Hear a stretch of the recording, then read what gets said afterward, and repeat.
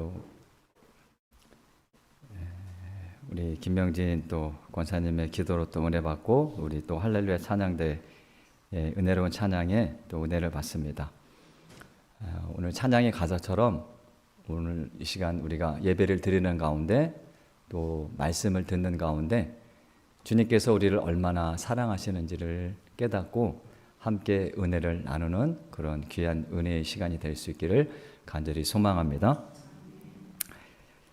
자, 여러분은 온유한 사람이라고 하면 어떤 사람이 온유한 사람이라고 생각하십니까? 이 온유하다라는 그 단어의 뜻을 알기 위해서 사전을 찾아봤더니 성격이나 태도 따위가 온화하고 또는 부드럽다라는 뜻입니다. 자, 우리가 대체적으로 저 사람 참 온유한 사람이야 라고 말할 때는 그 사람이 착하거나 또는 부드러운 사람일 때, 또 아니면 순한 사람을 가리킬 때 온유하다라는 말을 쓰기도 하죠. 그리고 이 품성은 대부분 타고난다. 태어날 때부터 그런 온유한 품성을 타고난다. 이렇게도 말을 하기도 합니다. 자, 그러나 예수님께서 오늘 본문에서 말씀하시는 온유함이란 우리가 그렇게 태어날 때부터 타고나는 성격이나 성품을 말씀하시는 것이 아니라는 거죠. 자, 그래서 우리가 생각하고 있는 온유함이란 이 온유함하고 성경이 또 예수님께서 말씀하시는 그 온유함이 다르다는 것을 아는 것이 오늘 말씀의 핵심입니다. 자, 그렇다면 예수님께서 말씀하신 그 온유한 자는 어떤 사람이고 또 그런 온유한 자들이 받게 되는 복은 어떤 것인지 말씀을 나누면서 함께 찾아가도록 하겠습니다. 자, 마틴 로이드 존스라는 유명한 목사님이 계셔요. 그 설교로 아주 유명하신 분입니다. 전 세계적으로. 저도 개인적으로 참 존경하는 분인데요. 자, 이분이 진정한 온유란 이것이다 라고 말씀하신 대목이 있어요. 자, 그건 뭐냐면 다른 사람이 나를 비판하거나 비난할 때 이렇게 대응하는 것입니다 라고 말씀하신 대목이 있는데 그게 어떤 말씀이냐면 자, 당신이 나에 대해서 한 말은 나의 실상보다 훨씬 더 좋은 말입니다. 자, 당신들은 나의 진정한 모습을 모릅니다. 내가 교만하다고 당신들은 말씀하셨고 내가 남을 사랑할 줄 모른다고 이기적이라고 말씀하셨는데 저는 그 정도가 아닙니다. 여러분이 하신 말은 다 옳고 다 맞지만 저는 그보다 훨씬 더 못한 사람입니다. 자, 이 말을 언제 한다고요? 다른 사람이 나를 비난하고 비판할 때. 자, 끝부분 말씀을 다시 보면 여러분이 하신 말은 다 옳고 다 맞지만 저는 그보다 훨씬 더 못한 사람입니다. 자, 온유한 자가 어떤 사람인지 감이 오시나요? 자, 온유한 자는 그 전 단계 우리가 오늘 3절부터 말씀을 나눴는데 그 심령이 가난해서 애통하는 자가 온유해질 수 있는 겁니다. 이게 다 연결되어 있는 거예요. 따로따로 떨어져 있는 게 아니고 심령이 가난한 자는 자신에 대해서 애통하죠. 그러므로 나는 부족한 사람이고 하나님밖에 의지할 분이 없다라고 고백하는 사람이라는 거죠. 자, 그런데 보십시오. 우리가 얼마나 이기적이고 이중적인 존재인지. 자, 나는 내 입으로 그렇게 말할 수 있어요. 나는 참 부족합니다. 나는 할 수 있는 것도 별로 없고 하나님이 없으면 나는 살 수 없는 그런 연약하고 나약한 존재입니다. 자, 이건 내 입으로 말할 수는 있어요. 자, 그렇게 겸손을 우리가 표현할 수도 있습니다. 자, 그런데 내 입으로 했던 말을 다른 사람을 통해서 듣는다면 기분이 어떨 것 같으세요? 자, 그래요. 당신이 말한 것처럼 당신은 참 부족해요. 제가 생각해도 그런 것 같습니다. 자, 이런 말을 듣는다면 기분이 어떠실 것 같아요? 네? 네, 우리 이선아 집사님 왜 웃어요? 그러니 안 좋을 것 같죠? 네. 속된 말로 그냥 빡이 돌아버릴 것 같죠? 네. 자, 그런 말을 듣는다면 누구나 화를 낼 수밖에 없다는 거죠. 자, 오늘 본문에 나오는 온유한 자는 복이 있나니 그들이 땅을 기업으로 받을 것이며 라는 말씀.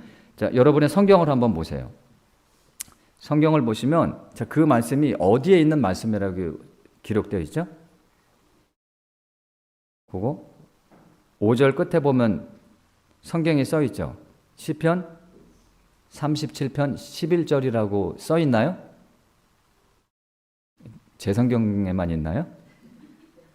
네, 써 있죠. 네. 대답을 안 하시니까 저한테만 있는 줄 알고 깜짝 놀랐네. 자, 그러면 예수님이 하신 이 말씀은 어디 있는 말씀이다? 시편 37편에 있는 말씀이라는 거예요. 네. 자, 그러면 시편 37편에 가면 원래 이제 히브리어에는 온유한이라는 뜻의 그런 단어가 없습니다. 자, 그런데 시편 37편을 보면 온유한 사람이 어떤 사람인지를 알 수가 있어요. 그래서 우리가 거기 가서 한번 확인해 볼 텐데 우리 시편 37편을 한번 보겠습니다. 구약성경 828쪽입니다. 구약성경 828쪽.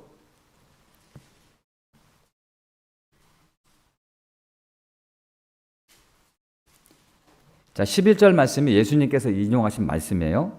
온유한 자들은 땅을 차지하며 라는 이 말씀이 예수님이 시편에 있는 말씀을 인용하셔서 그 마태복음 5장 5절을 말씀하신 건데, 자, 그러면 온유한 사람이 어떤 사람인지 그 앞부분의 말씀을 보면 알 수 있습니다. 자, 여러분이 생각하시는 온유함이라는 것과 성경이 말하는 온유함이 뭔지 확인해 볼 텐데요.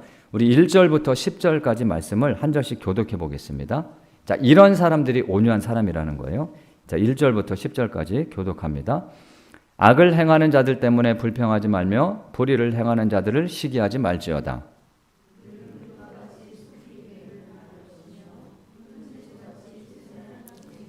자, 여호와를 의뢰하고 선을 행하라. 땅에 머무는 동안 그의 성실을 먹을거리로 삼을지어다.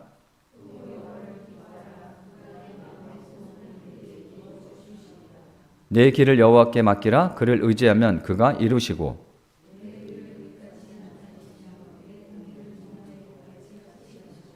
자, 여호와 앞에 잠잠하고 참고 기다리라. 자기 길이 형통하며 악한 꾀를 이루는 자 때문에 불평하지 말지어다.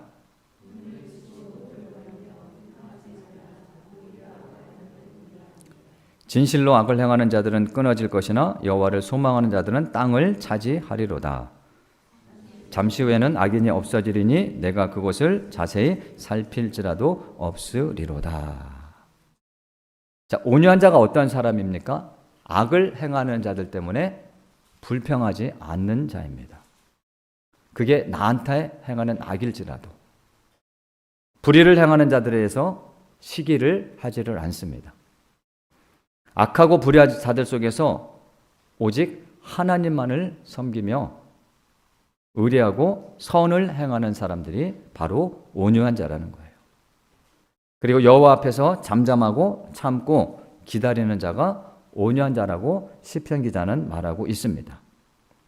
자, 그러면 이렇게 말씀은 들었는데 우리가 구체적으로 삶 가운데서 온유한 자의 삶이 어떤 삶인지 성경 인물을 통해서 확인해 볼 텐데요.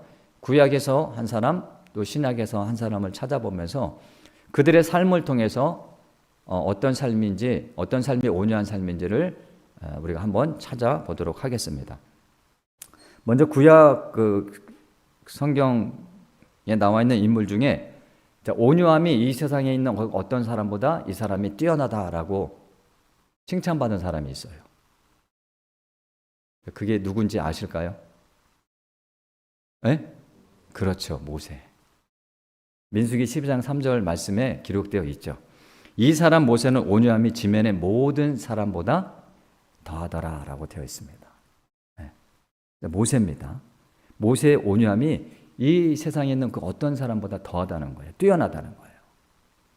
출애굽기 2장에 보면 모세가 그 태어나는 장면이 나옵니다. 그 당시는 이제 이스라엘 백성들이 애굽의 지배를 받고 있었죠. 그런데 이 이스라엘 백성들이 자녀를 너무 많이 낳는 거야. 그러니까 이 애굽 왕이 생각하기에 자기 나라보다 이스라엘 백성들의 수가 더 많아질까 봐 걱정이 돼서 앞으로 이제 이스라엘 사람들이 사내 아이를 낳으면 다 모조리 죽여버리라는 명령을 내립니다. 자, 그런데 모세 어머니가 모세를 낳죠. 아들을 낳습니다. 그래서 그 아들을 낳는데 어떻게 죽입니까? 그래서 몰래 숨겨서 키워요. 3개월 동안 몰래 숨겨서 키웁니다. 자, 그런데 뭐 아이를 다 키워보셔서 아시겠지만 아이를 조용히 키운다는 것은 불가능합니다. 애가 우는 거를 어떻게 막을 수가 없어요. 그러니까 그 소리들이 밖으로 나갈 거 아닙니까? 그래서 3개월 동안 키우다가 어쩔 수 없어서 이 모세 엄마가 그 아이를 바구니에 담아서 그 물가에 띄우죠. 그 심정이 어땠겠어요? 근데 그거를 이제 그 누이가 이렇게 쫓아갔던 것 같아요. 쫓아가면서 보니까 그 애굽왕 그 바로 공주가 물가에 오다가 뭐 목욕을 하러 왔는지 뭘 하러 왔는지 오다가 그 바구니를 발견합니다. 그리고 모세를 데리고 가다가 키우죠. 자, 그렇게 모세는 애굽 왕의 왕자로 자라게 돼요. 자, 그렇게 장성하고 나서 밖에 나가서 백성들의 삶을 보는데 이제 이 모세는 자기가 이스라엘 사람이라는 것을 잘 알게 됩니다. 왜냐하면 누구의 젖을 먹고 자라죠? 그렇죠. 엄마의 젖을 먹고 자라기 때문에 엄마한테 네가 어느 백성인지 민족인지 계속 말씀하셨을 거예요. 그러니까 이 사람은 모세는 자기가 애굽의 왕자로 살고 있지만 이스라엘 사람이라는 것을 알고 있었던 거죠. 그래서 백성들의 삶을 보려고 잠깐 나갔는데 이스라엘 백성들이 힘들게 노동하는 거고 있는 것을 본 거예요. 자, 그러다가 어떤 애굽 사람이 이 이스라엘 자기 민족을 괴롭히는 것을 보게 됩니다. 그래서 이 모세가 그 순간적으로 욱해가지고 그 사람을 죽이죠. 그리고 모래에 덮어버립니다. 자, 보세요. 자, 성경적으로 볼 때 이 모세는 어떻습니까? 불의한 또 그런 것들을 하나님께서 행하실 때까지 참고 기다려야 되는데 자기가 그것을 참지 못하고 그 사람을 죽여버립니다. 불의한 행동을 보고. 자, 시편 기자의 말에 의하면 모세는 온유한 자가 될 수 없는 거예요. 더군다나 사람을 살인을 했다는 것은 온유한 거하고는 거리가 멀 수밖에 없습니다. 자, 그런데 보세요. 자, 민수기에서는 다르게 평가하고 있어요. 이 모세를. 그 모세의 온유함이 지면의 그 어떤 사람들보다 뛰어나다라고 말했다는 거예요.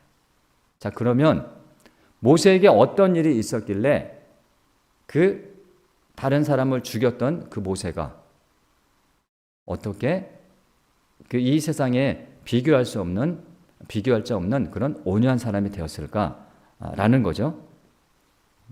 그렇게 어떻게 일컬음을 받았는지 한번 볼 텐데요. 제가 서두에서 말씀드렸죠. 이 온유함이란 성경에서 말하는 온유함이란 선천적으로 타고나는 것이 아니라 후천적으로 길러지는 거라는 것을 알 수가 있습니다. 자, 그러면 우리가 그것을 한번 확인해 보겠습니다. 어떻게 그러면 모세가 그렇게 바뀌었는지 민수기 12장으로 한번 가보겠습니다. 구약성경 민수기 12장 215쪽입니다. 구약성경 215쪽 민수기 12장입니다.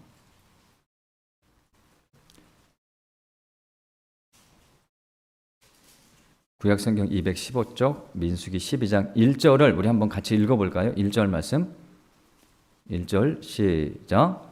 모세가 구스 여자를 취하였더니 그 구스 여자를 취하였으므로 미리암과 아론이 모세를 비방하니라. 자, 이 모세가 구스 여자를 아내로 맞이했어요.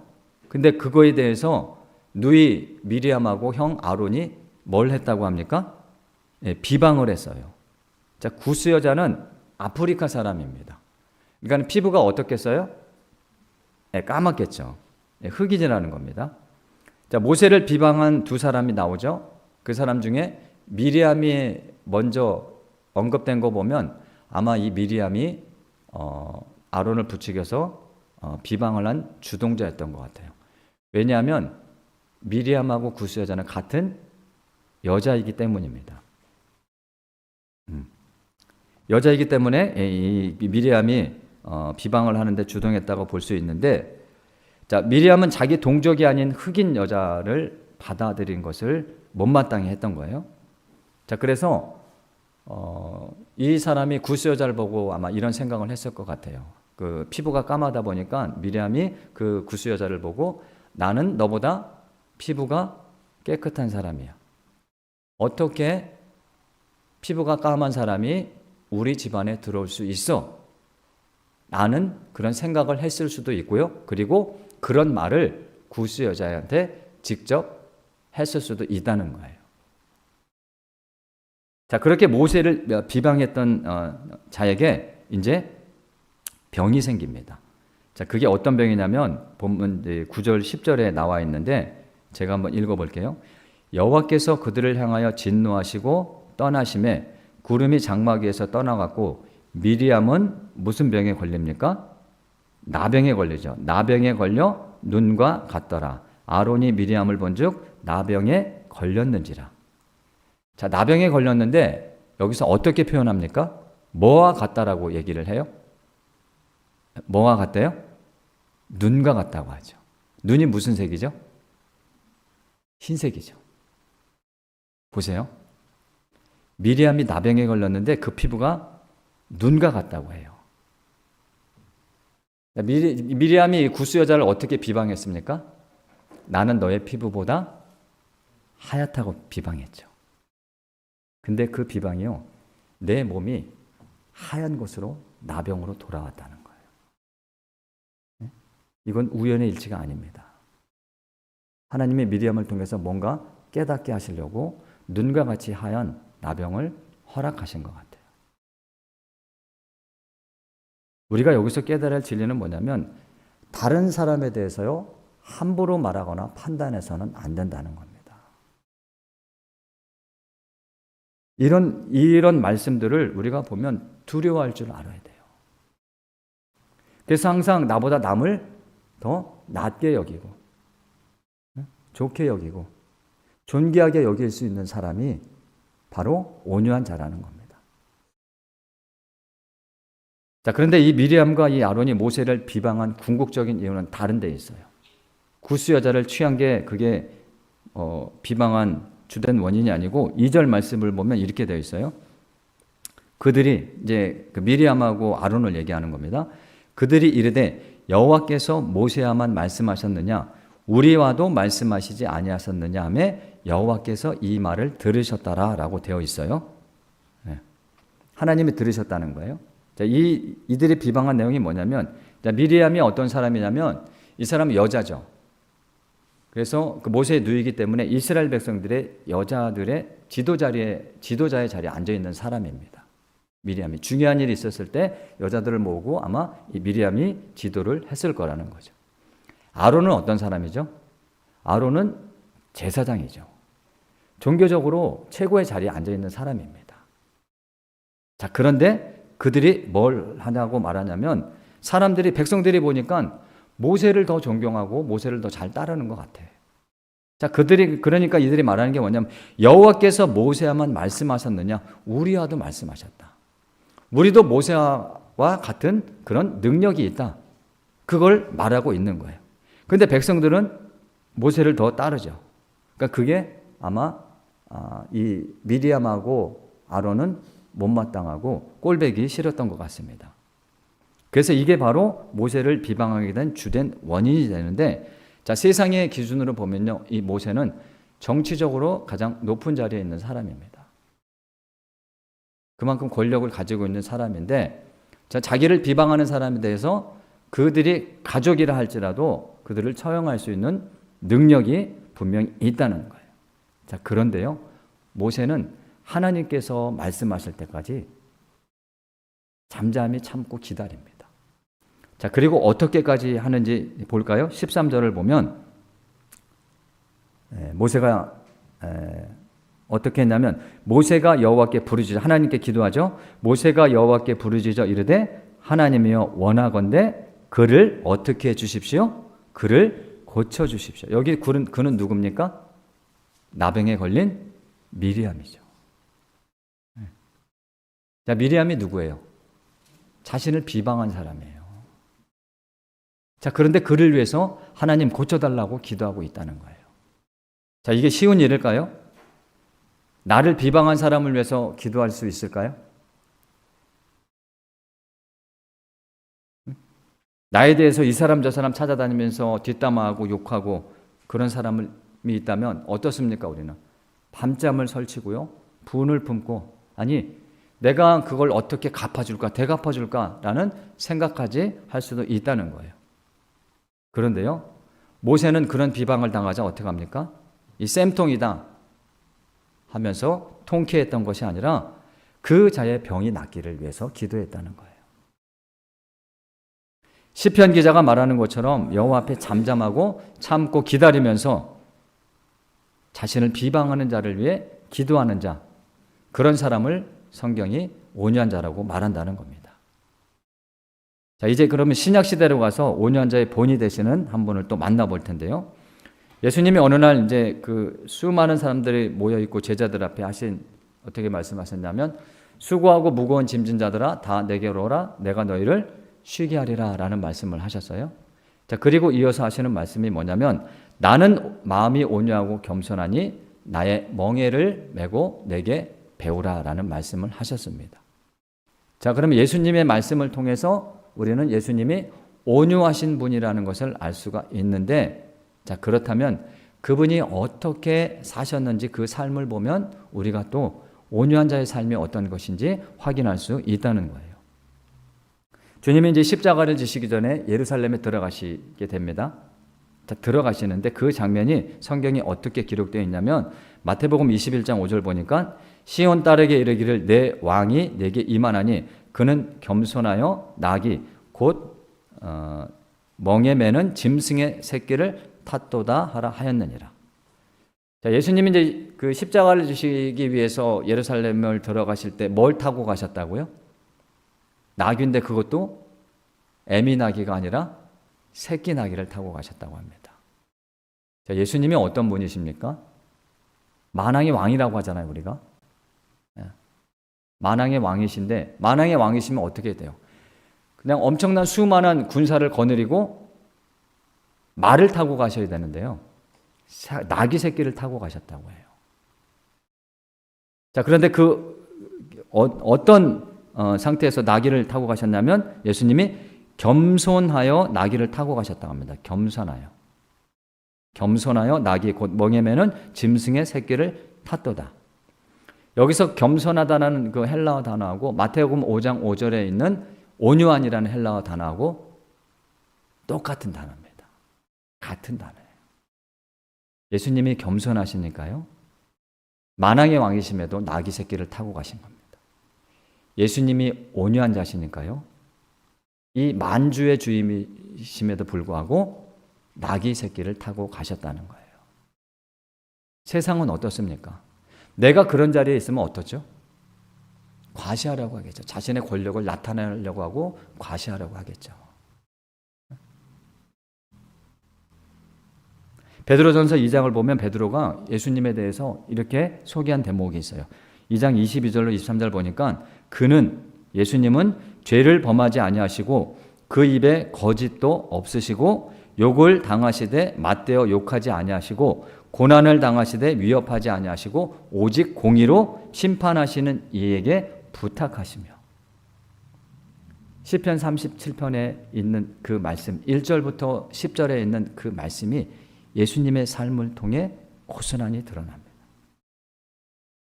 예수님은 죄가 없으시죠?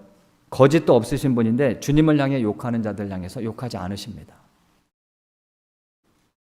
침뱉고 채찍을 내리치는 자들 향해서도 위협하지 않으셔요. 충분히 그런 능력이 있으심에도 불구하고 예수님은요, 하나님께서 말씀하실 때까지 묵묵히 참고 기다리십니다. 자, 그리고 십자가 위에서 어떤 기도까지 하셨습니까? 주여, 저들이 하는 죄를 모르니 저들을 용서하여 주시옵소서. 자신의 손과 발에 못을 박는 자들 향해서 하나님, 그들의 죄를 용서해달라고 기도하셨다는 거예요. 부활하신 예수님이 제자들을 찾아가시죠. 그들을 찾아가셔서 이 못된 놈들아, 너희가 어떻게 하나같이 다 나를 버리고 도망갈 수 있겠느냐라고 한마디도 하시지 않으셨어요. 그리고 오히려 어떻게 하셨냐면, 이 요한복음 21장 보니까 이렇게 기록되어 있어요. 예수께서 이르시되 와서 조반을 먹으라. 예수께서 가셔서 떡을 가져다가 그들에게 주시고 생선도 그와 같이 하시니라. 자신을 배반한 자들, 그런 제자들을 위해서 상을 차려주십니다. 이게 가능할까요? 이게 바로 예수님이 우리에게 보여주신 온유한 자의 삶입니다. 성경이 말하는 온유함이란 그것은 타고나는 것이 아니라 심령이 가난한 자가 애통할 때요, 하나님께서 주시는 은혜예요. 그래서 어떤 상황 가운데서도 하나님의 뜻을 이루어지길 바라고요, 하나님이 말씀하실 때까지 참고 기다리는 자가 온유한 자입니다. 자, 그렇다라고요, 우리가 이 세상에 대해서 그 불법에 대해서 묵과하거나 참고 넘겨서는 안 된다는 거예요. 불의한 것을 보면 맞서 싸울 수도 있어야 됩니다. 예수님이 그 성전에 들어가실 때 그 비둘기 팔고 돈 바꿔주는 사람들 상을 다 뒤엎어 버리셨어요. 그리고 하나님의 말씀대로 제대로 살지 못하는 종교 지도자를 향해서 독사의 자식들이라고까지 말씀하셨다는 거예요. 그래서 온유하다고 그래서 우리가 이 세상의 불의에 대해서 다 참고 기다리고 견디는 것이 아니라 어떤 부분에 있어서는 맞서 싸울 수도 있어야 된다는 겁니다. 그게 온유하다라는 뜻이에요. 자, 그러면 이런 온유한 자에게 주시는 하나님의 은혜, 복이 있죠. 마태복음 5장 5절에는 땅을 기업으로 주신다고 말씀하셨는데, 자, 여기서 말하는 땅이 우리가 그렇게 갖기 원하는 부동산을 말하는 게 아닙니다. 주님이 말씀하신 땅. 자, 팔복이 제일 처음이 뭘로 시작했죠? 팔복이. 네? 네. 봐야 알죠? 우리 또 봅시다, 그럼. 마태복음 5장 한번 봅시다. 뭘로 시작하는지 보세요. 마태복음 3장이죠. 3절이죠. 3절. 5장 3절. 자, 3절 보니까 심령이 가난한 자는 복이 있나니 무엇이 그들의 것임이요? 천국이 그들의 것임이요. 라고 되어 있죠. 자, 팔복의 마지막이 10절입니다. 뭘로 끝나는지 보겠습니다. 10절 읽어보겠습니다. 시작. 의를 위하여 박해를 받는 자는 복이 있나니. 자, 그럼 팔복은 뭘 말하는 겁니까? 팔복의 삶을 살아가는 사람이 어디에 들어갈 수 있는 거예요? 천국입니다. 자, 그러면 여기서 말씀하시는 온유한 자는 복이 있나니 그들이 땅을 기업으로 받을 것이며 라고 말하는 이 땅은 어떤 땅입니까? 강남의 땅을 말하는 걸까요? 네? 계시록에 보면 뭐가 나오죠? 새하늘과 새 땅이 나오잖아요. 네. 천국을 말하는 겁니다. 우리가 온유한 자의 삶을 살아가면 천국을 소유할 수 있는 것뿐만 아니라 이 땅에서도 하나님 나라의 백성을 살 수 있다는 거예요. 그래서 시편 37편 11절을 다시 보면 온유한 자들은 땅을 차지하며, 그 뒷부분 뭐라고 말씀되어 있냐면 풍성한 화평으로 즐거워하리로다. 하나님의 말씀대로 사는 자보다 악인과 불의한 자가 이 세상은 더 잘 삽니다. 맞죠? 불의를 행하고 불법을 행하는 자들이 더 잘 먹고 잘 살아요. 자, 그런 가운데서 우리는 온유한 자의 삶을 사는 겁니다. 하나님께서 말씀하실 때까지 기다리는 거예요. 억울할 수도 있겠죠. 나는 이렇게 힘들고 어렵게 살아가는데도, 아니 저렇게 불법을 행하고 불의를 행하는 사람들이 왜 저렇게 살아가는지 한탄할 수도 있습니다. 하지만 그 가운데서도 우리가 참고 기다리며 하나님의 때를 기다릴 때요, 어떤 은혜를 주십니까? 화평을 주신다는 거예요. 억울한 마음이 아니라 화평을 주시는데, 그것도 어떤 화평을 주십니까? 풍성한 화평을 주신다는 겁니다. 또한 시기하고 불평하고 미워하는 마음이 아닌 오히려 즐겁게 즐거워하리로다, 즐겁게 살 수 있는 길을 열어주신다는 거예요. 자, 이것이 바로 지금 이 땅에서 온유한 자에게 주시는 은혜이고 복의 내용입니다. 사랑하는 성도 여러분, 그러니 우리 예수님의 온유함을 닮아 가시기를 바랍니다. 온유한 자를 화평케 하시고 즐겁게 하시는 하나님만을 전적으로 신뢰함으로 온유한 자에게 주시는 복을 누리며 살아가는 우리 귀한 수목교회 성도님들 다 되시기를 주님의 이름으로 축원합니다.